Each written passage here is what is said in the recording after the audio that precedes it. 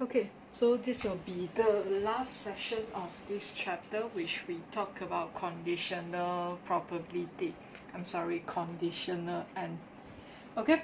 So now I'll do a brief introduction for what is conditional probability first. So the same thing in your handout, you have the whole set of notes. So after you listen to the explanation here, then you can go through the note side for one time for you to understand what is written inside. Alright, okay, so I'm just going to explain it like with something that is nearer to our daily life, then you should be able to understand it in a more relevant way.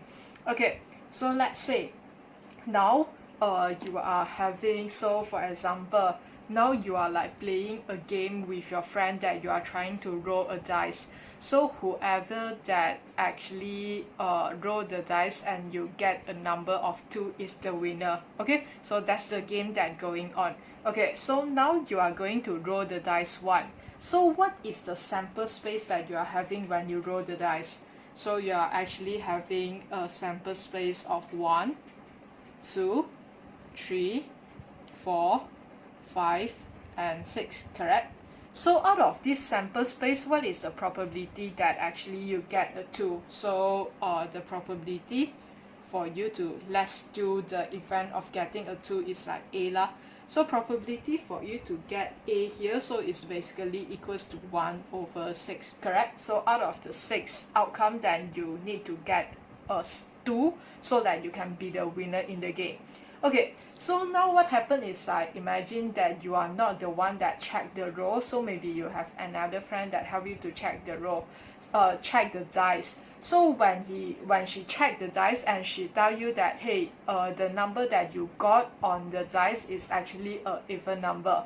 So when you actually know that it's even number, what does that mean? Then you realize that, hey, the probability for you to win in the game is actually become higher.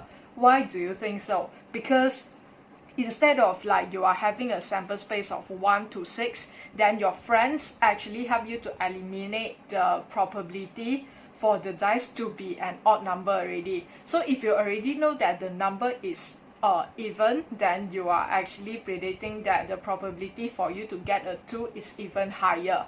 Why is that so? So it's because of what happened here is like your sample space is getting reduced. So instead of getting a sample space of 1, 2, 3, 4, 5, 6, the reduced sample that you are having now, it will become, because your friend tell you that the dice is actually an even number, so the reduced sample space that you are having now is actually become 2, 4, and 6 only, correct?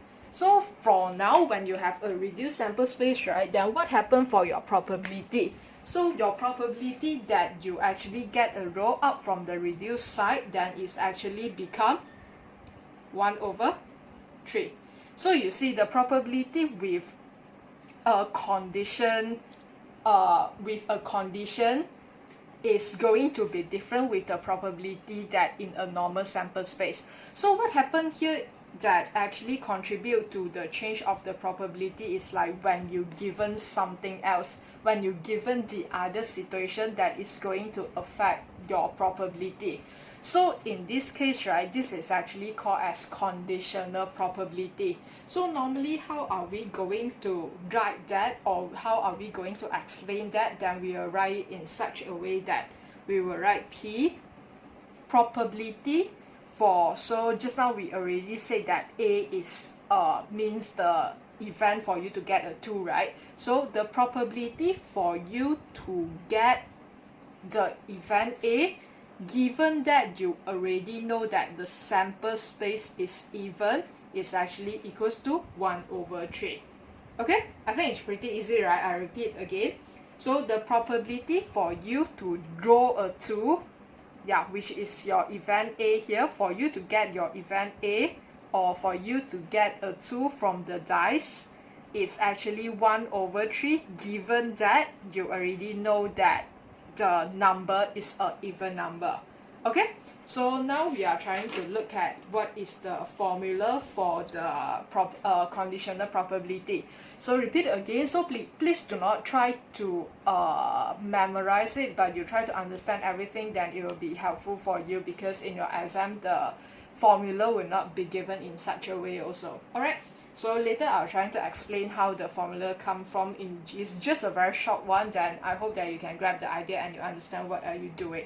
Okay, so just now we say that this is probability for A to happen given that it's even, right? So we are trying to write it in such a way that we use A and B. So a conditional probability for A to happen given you already know that B already happened is probability of A intersect with D divided by probability of B. Okay, so it's basically what is the probability for the event A and B occur given that you already know B is occur.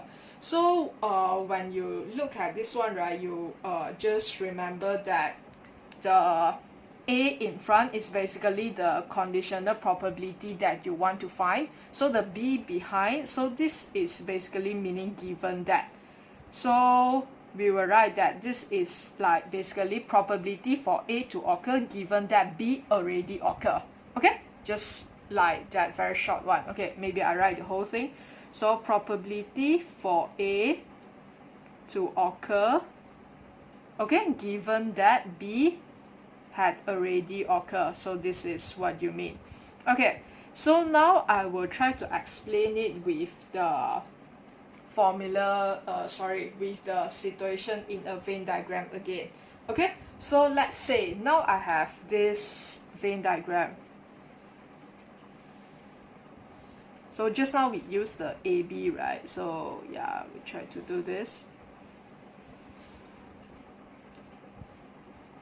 Okay, so normally if you want to find probability of A, right? So it's basically you will get like probability of A is basically equals to number of A over number of sample space, correct? So you will find out what is the probability in the circle of A, then over by the whole thing, the sample space, which means your total.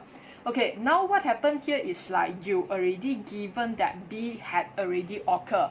So instead of your sample space is your whole thing for your Venn diagram, what happened here is like given that B had already occurred, meaning that I try to reduce my sample space to B now, which means this is my new sample space. Can you get the idea? So meaning like just now I have like the number of the dice is even, so meaning that instead of like having the sample space that is 1 to 6, I actually reduce the sample space to only B, which is the number of the dice is even number.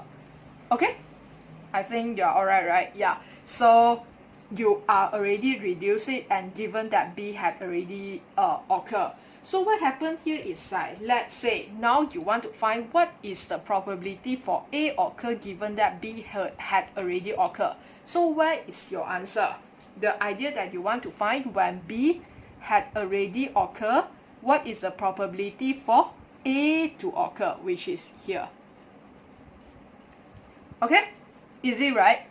Given that B had already occurred, so we reduce the sample size from the whole thing to B only. So now you want to find when B had already occurred, then what is the probability for A to occur, which is only this part, because only here A occur, but this part B did not occur, right? So that's why given that B occur and A occur, so that's why it's here. So what is the space here? The space here is basically A intersect with B. So that's why you can see the probability of A intersect with B over probability of B, which is the whole thing for your sample space. So this is how this formula come from. So you just remember, as long as you want to find the probability given that B had already occurred, you use the intersection point between A and B, then after that you divide by the reduced sample space, which is your B, because given that B happened.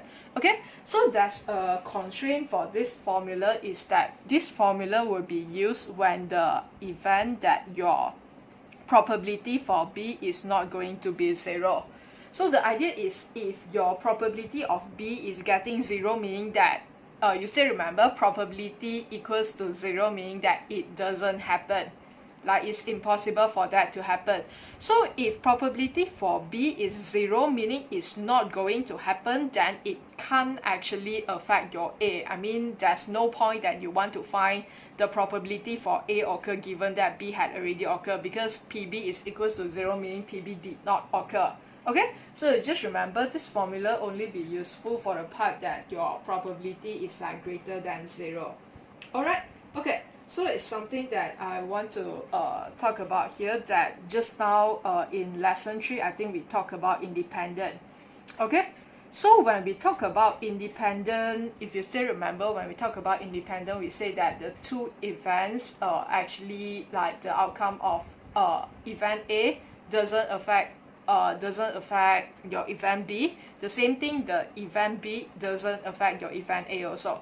So for anything that is independent, your probability for A given that B happened will be always equals to the same thing for probability of A. Why is that so? Because you see, just now we say that independent meaning that the outcome of the event, or like the probability of event A and B doesn't affect each other. So that's why even though given B had already occurred, because they are independent, so that's why A will not be affected by B. So that's why the probability for A to happen given that B happened is basically probability of A. So it's the same thing if you have something like probability of B happen given that A happened. If it's independent, that it means also probability B.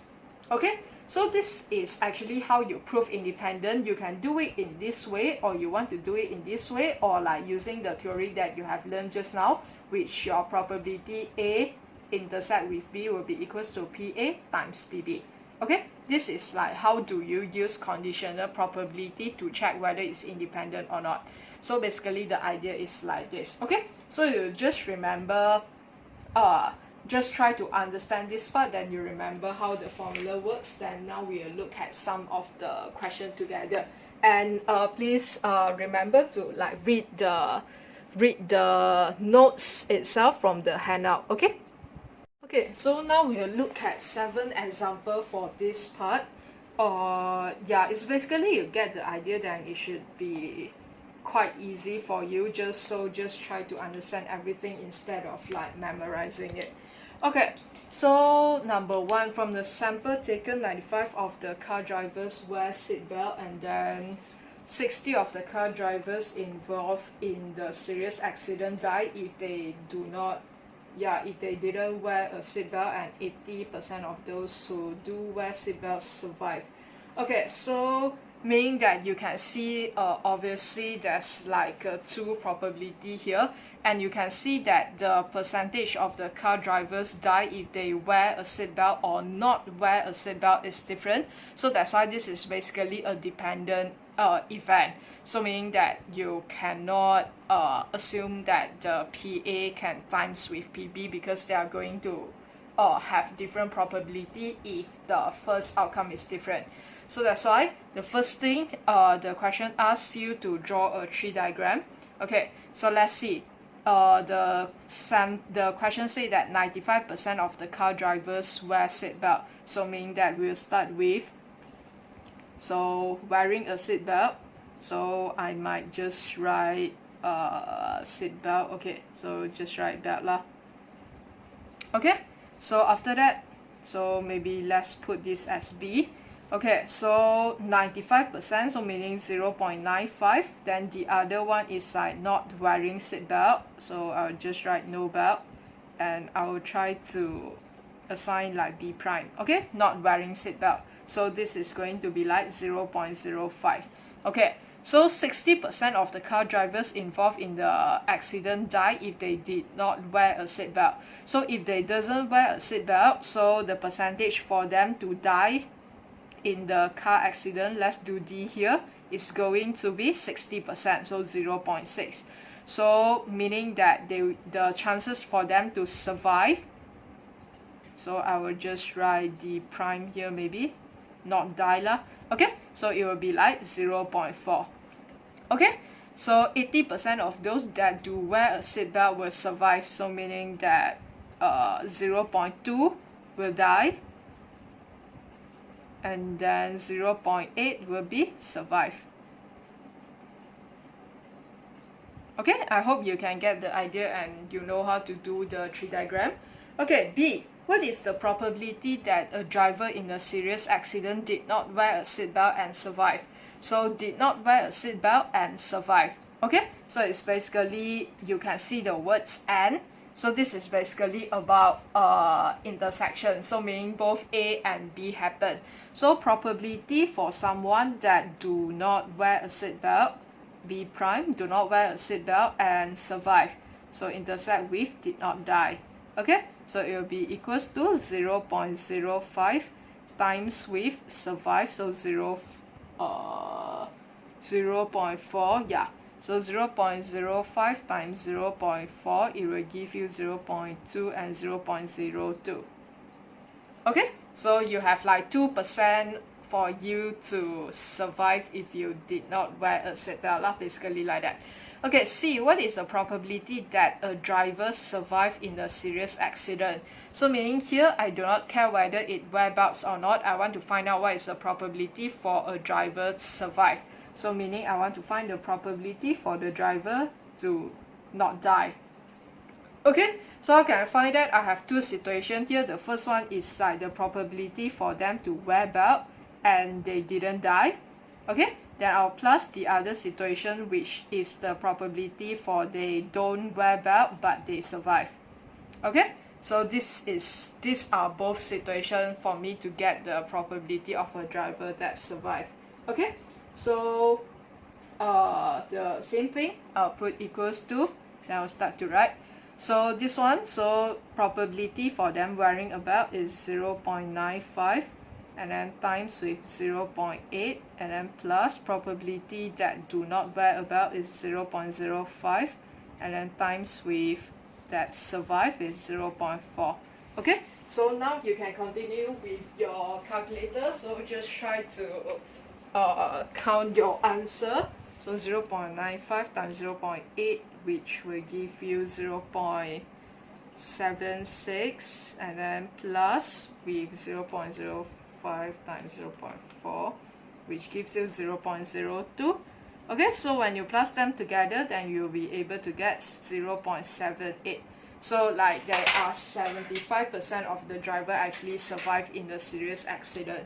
Okay, D. What is the probability that a driver did not wear a seatbelt given that he survived in the serious accident? So now you can see the words like given that. So meaning that you are given a condition and you need to find the probability of the event that you want to find. So the first thing that is very important in this case is you must make sure that like the probability of A occurred that B had already occurred is totally different when you say that probability of B happened given that A happened. So it's like different things, so you cannot change it as you like. So it's like the same thing that we talked about dice just now. So what is the probability for you to get a 2 given that the number on the dice is an even number? And when I rephrase this to like what is the probability for you to get an even number given that the number on the dice is 2? So it's totally different thing, so you must make sure that the sequence is correct. So this one is the driver did not wear a seatbelt given that he survived. So meaning that the probability, what is the probability that you want to find? Is the driver that did not wear a seatbelt. So meaning B prime. Okay, did not wear a seatbelt given that he survived in a serious accident. So that's why you do your vertical bar, then after that survive, so meaning did not die. Okay, so you still remember the formula that you are going to do? Yeah, so what you can remember is you remember first your sample space is now reduced to the one that given that he survived. So that's why it's going to be probability for he survived. Okay, after that for the up there is going to be the intersection between the B prime and D prime. Okay, so you can see for this question actually they already put everything in order for you. So probability for B prime intersect with D prime is basically 0.02. So divide by the probability that they did not die is 0.78. Okay, So you should get your answer as 1 over 39, or in decimal, then you will get the answer of 0.3 significant figure, so 256. Okay, alright, yeah. So let's move on. Number 2. A shopkeeper buys 1/3 of his stock of light bulbs from company X and the rest from company Y. An independent report states that 3% of the light bulb for X are 40 and 2% of the company Y are 40. Okay, so we need to draw so let's draw a tree diagram first. Okay, this question they are asking if the shopkeeper choose the bulb, what is the probability that is 40? So I guess the other one will be like is either 40 or not 40. So you can try to write it down. Okay, so the same thing, the first probability that you are having is like from company X and Y. So the same thing, this is dependent also, because you see if it's come from company X, the 40 rate is like 3%. If it comes from company Y, then it's the percentage will be like 2% only. So it will be helpful if you can draw a tree diagram. So the same thing, the first one come from X1 will be buys 1/3, so meaning 1/3 from X, and then I have from Y, which is like 2/3. Okay, so 3% of the light bulb for X are 40, so meaning from X it will be like 0.03 of it is like 40. I use F 40. Okay, so I use F here. Then after that, the other one I have 0.97, which is not 40. Then maybe I'll use the word of F prime here. Okay, so same thing for Y, 2% of it are 40, so that's why 0.02 is going to be 40. And then I have 0.98%, which is not 40.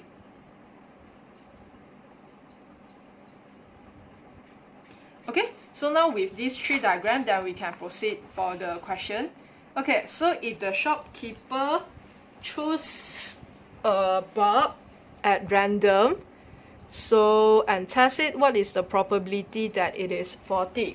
Okay, so now the same thing, you want to find out the probability that is 40. So this one is like you want to find the probability for 40 to happen. Okay, so same thing, you don't care about which company it comes from, and because you choose it at random, so you do not know which company is that, but you want to find out the probability that is 40. So that's why the idea can be either the first one, either like it comes from X and is 40, or the other situation is like it comes from Y and is 40. Okay, so will be equals to probability of X, then it will be 1 over 3 times with the 41, 0.03, and then plus probability of Y is 2 over 3. Okay, and then after that times with the probability for that to be 40 is 0.02. So you will be getting the answer 0.01 plus with when you times it, then you get 4 over 0.04 divided by 3, which will give you the answer of 1 over 75. Okay, so this one will give you to the answer either in a decimal, in a fraction, or in decimal 0.0233. Okay, so B, if the light bulb is 40, what is the probability that it comes from company Y? So it's the same thing, you need to be very mindful of what is the thing that already, okay, I don't say already, but it's like what is the condition that you assume that already happened. So for this one, you assume that the bulb is 40. So that's why you want to find the probability that it comes from company Y if you already assume the bulb is 40. Okay, so this will be equals to, so the reduced one will be equals to PF, and then PY intersect with F. Okay, so PY intersect with F, then it will be Y is 2 over 3 times with 41 is 0.02, and then divide by probability of 40, which is you can use the fraction, so it can be like more accurate. Okay, so you should be able to get the answer 4/7, which is equals to 0.571. Okay, I hope you are alright. Okay, yeah, so it's basically like same process, so you just try to get use of like how to read the question, how to identify the information that you need, and how to write everything in a statistical term. I think that's the idea. Okay, number 3, a medical center encourages elderly people to have a flu vaccine every year, so the vaccine reduces the likelihood of getting flu.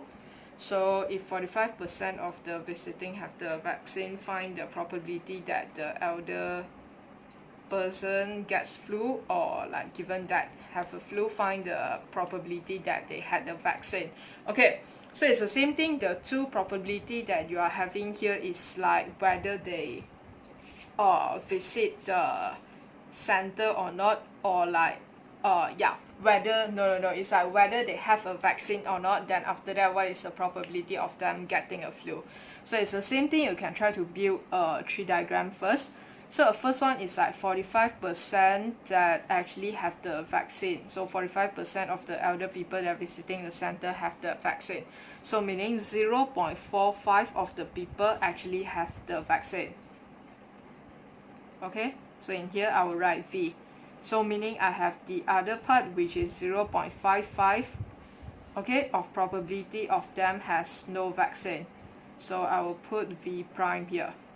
Okay, so after that they say that the vaccine is going to reduce the likelihood of getting flu from 40% to 10%. So meaning that with no vaccine, the likelihood for you to get a flu is actually 0.4 to get a flu. Are you okay? So if you have a vaccine, meaning that I reduce the chances for me to get the flu, so that's why it becomes 0.1, and then this is a flu also. Okay, then I'll do the other one, which is 0.9, I will get no flu. And then this one, I have 0.6 of them actually get no flu. Okay?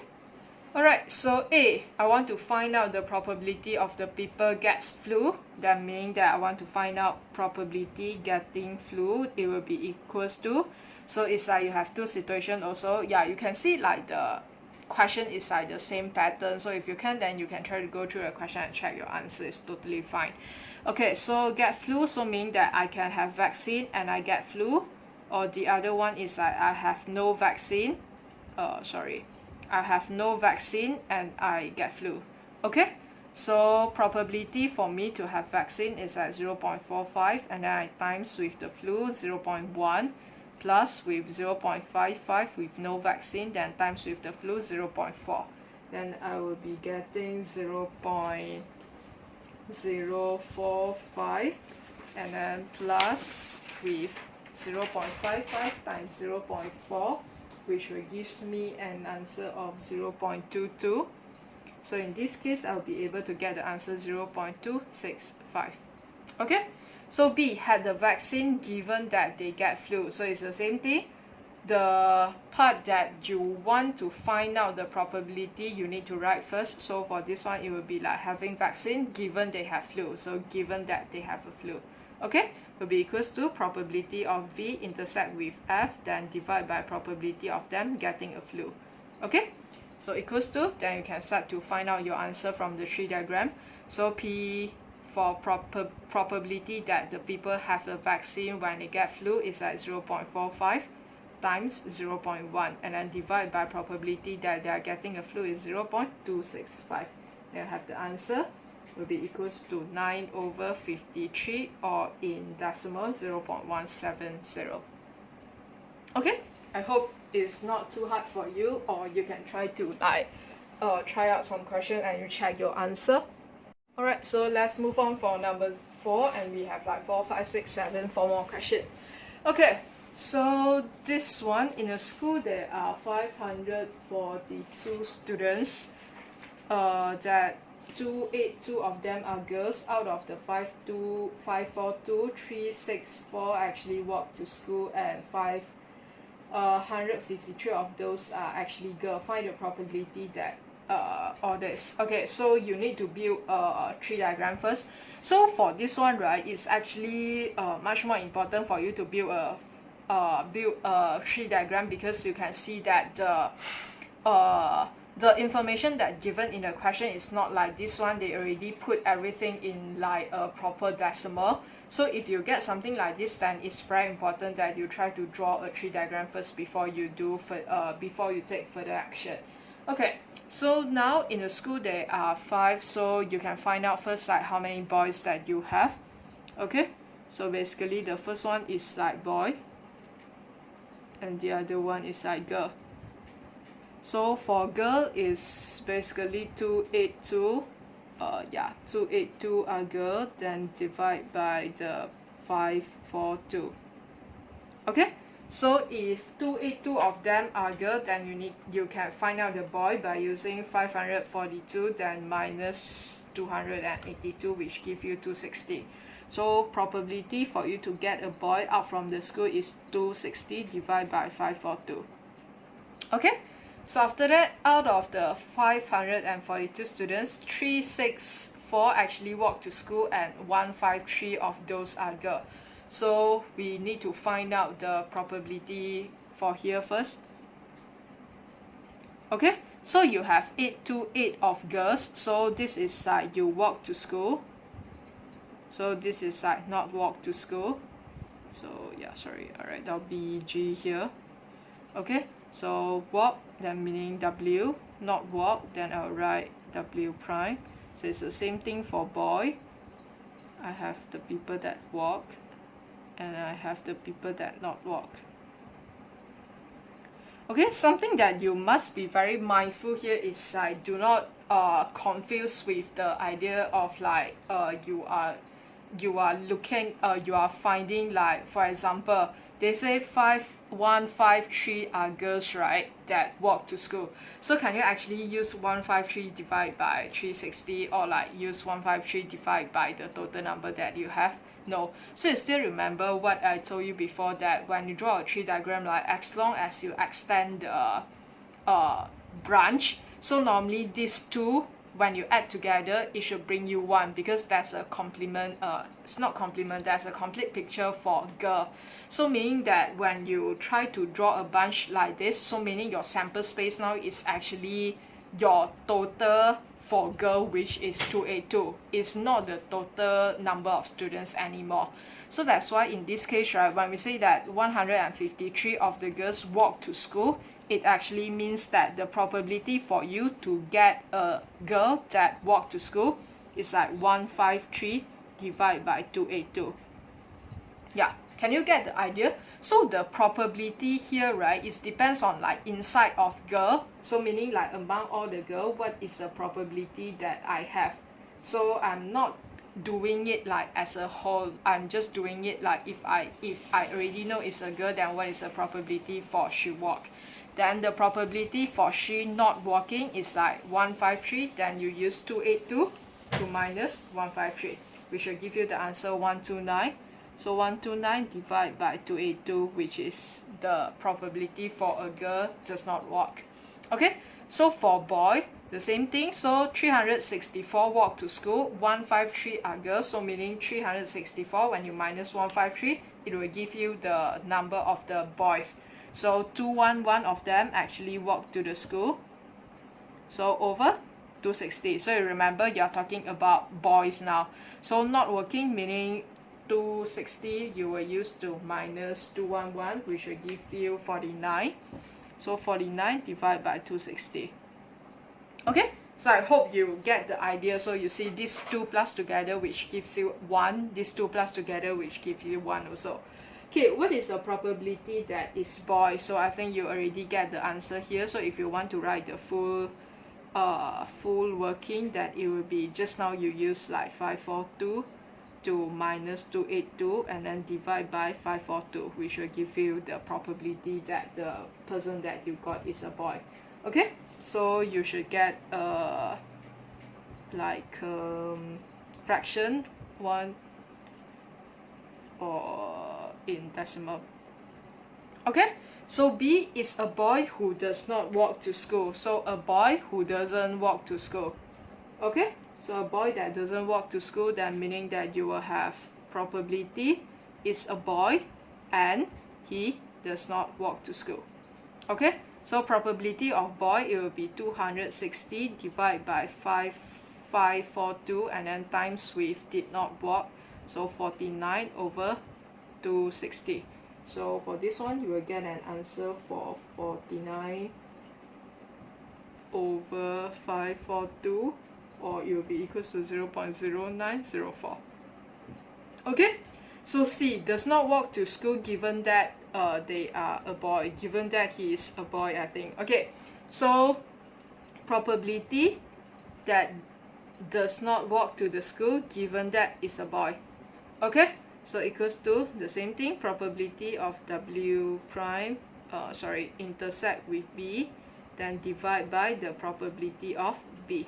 Okay, so something that you must be bear in mind here is that when we say that set A intersect with set B, is the same thing when we say that set B intersect with set A. So that's why probability for W prime intersect with B is basically the same thing with B intersect with W prime. So that's why you get 49 over 542 and divided by probability of boy, which is 130 divided by 271.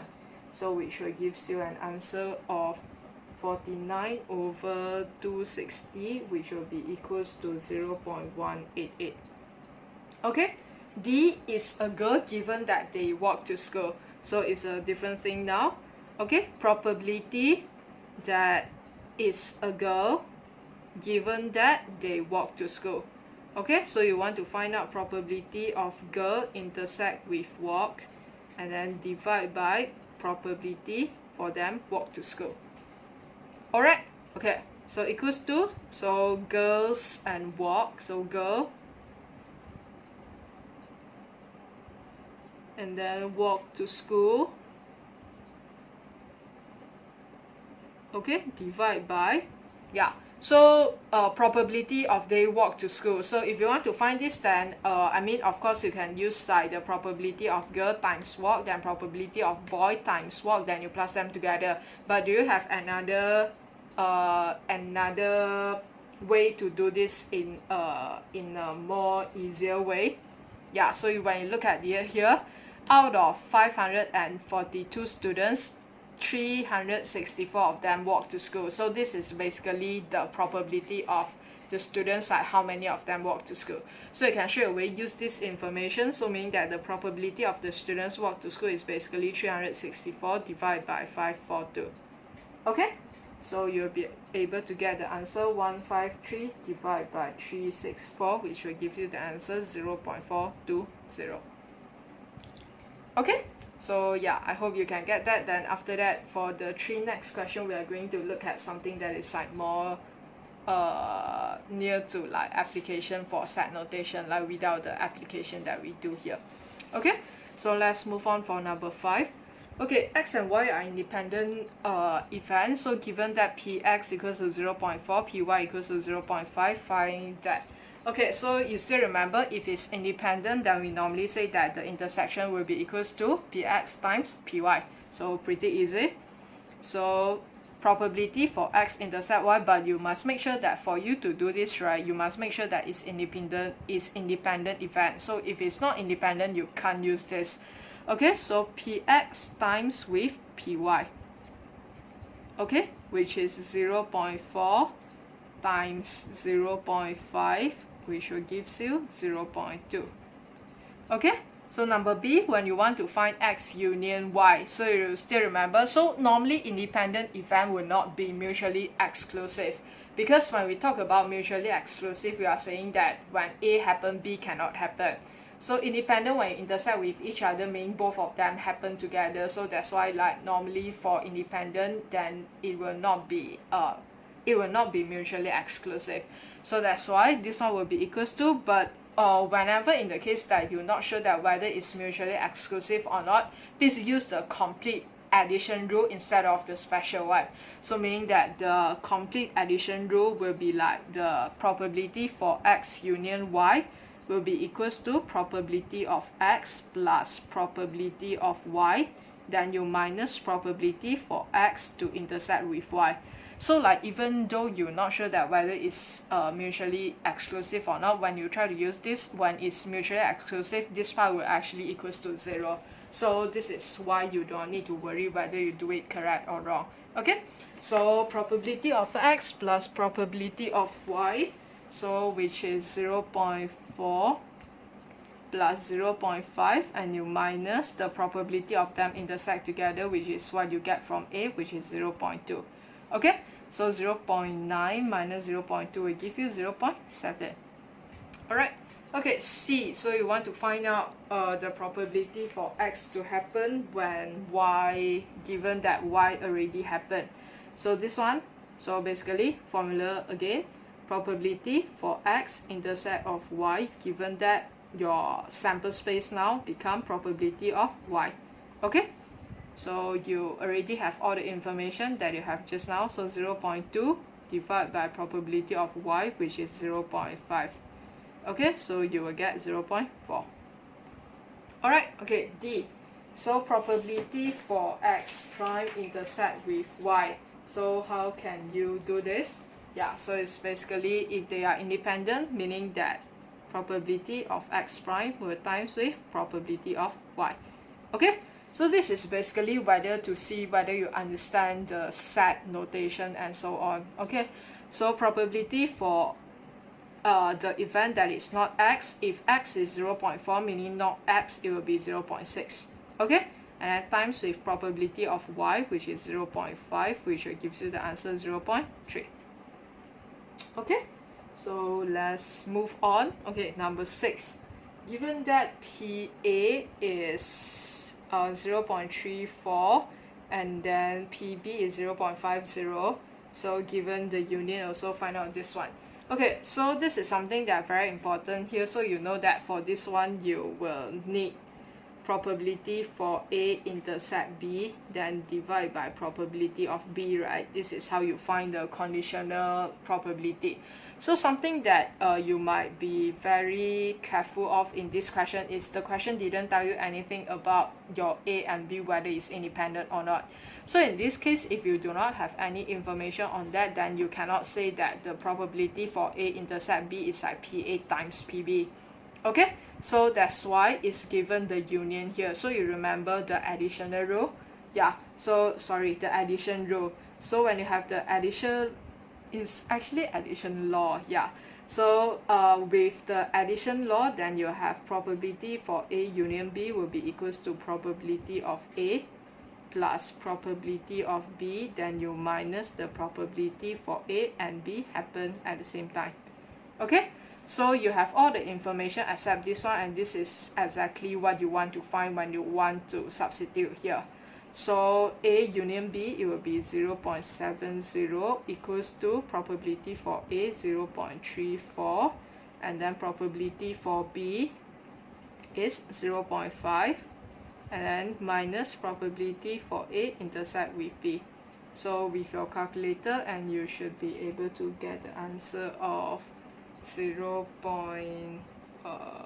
you move it around 0.84 divide by minus, so you get 0.14. Okay, so yeah, then after that you can start to find your answer already. So probability for A to happen given that B already happened equals to probability for A intersect B divided by probability of B, which gives you 0.14 divided by probability of B, which is 0.50. Okay, so 14 over 50, then you get a decimal of 0.28. Okay, 7. So last question. So given that PA is this, PB is this, and P union B, show that A and B are independent. Okay, so you still remember how to show that it's independent? Yeah, you must make sure that you can put them into like when A intersect with B. So for you to prove independent, you have 3 ways to do that. So the first one is you need to prove that when A intersect with B is basically equals to PA times with PB. That's the first way, which is like most likely the most easier way. Then the other thing that you can try to do is you show that the probability for A to happen given that B happen will be equals to probability of A. The other one is you can try to do the opposite of this. So probability of B happen given that A happen is exactly the same with probability for B happen. Meaning like what happened here is like the condition of A and B does not affect for the B and A, so that's why it's going to be the exactly the same. So that's why for this question, I'm going to show both, but normally we will do the first one, it will be much more easier. So it's given union and given A and B here, then you need to find out the intersection first. So no matter which method you want to go for, even you want to do the conditional one, you still need the intersection when you want to expand it. So from this one is actually very similar like number 6, but they are just asking like different thing. So for this question, then the same thing, we try to do the addition law. Okay, so probability for A union B will be equals to probability for A plus probability for B, and then minus probability of A intersect with B. Okay, so it will be 0.82 equals to 0.7 plus 0.4 minus probability of A intersect B. Okay, so you can try to get your answer. It's like 1.1 and then minus 0.82, which will give you 0.28. So probability for A to intersect B will be equals to 0.28. So let's see the first one, which is the most easiest one. Then you can try to find out probability of A times probability of B. So which means 0.7 times 0.4. So actually you are getting 0.28 also. So that's why PA times PB is equals to, yeah, so you see this number and this number is the same. This one. So that's why you can say that A and B are independent. Okay, or if you want to use the other two way, then what you can try to do, I just show you one because it's the same thing. So if you want to count it, then what you can realize here is, let's say I try to find this probability for A to happen given that B happen, it will be equals to probability of A intersect with B divided by probability of B, right? So the intersect that we find here is 0.28, then divide by probability of B, which is 0.4. So when you try to do this, then you will get 0.28 divided by 0.4, which gives you 0.7. And you can realize that probability for A to happen given that B happen is basically 0.7, which is exactly the same like PA. So by using this, then you can say that A and B is independent. Okay, so it's like depends on which approach you want to use, but both can give you the same idea that like even you show like this or you show like this. So this is something that very important that you might want to write in your notes, that this is like how you prove that it's independent. Okay, alright, so I hope you can understand everything. Then please make sure that you finish all your past year and so on. So if you have any question, then feel free to ask me during consultation hour. Alright, so thanks very much. So yeah, we end here.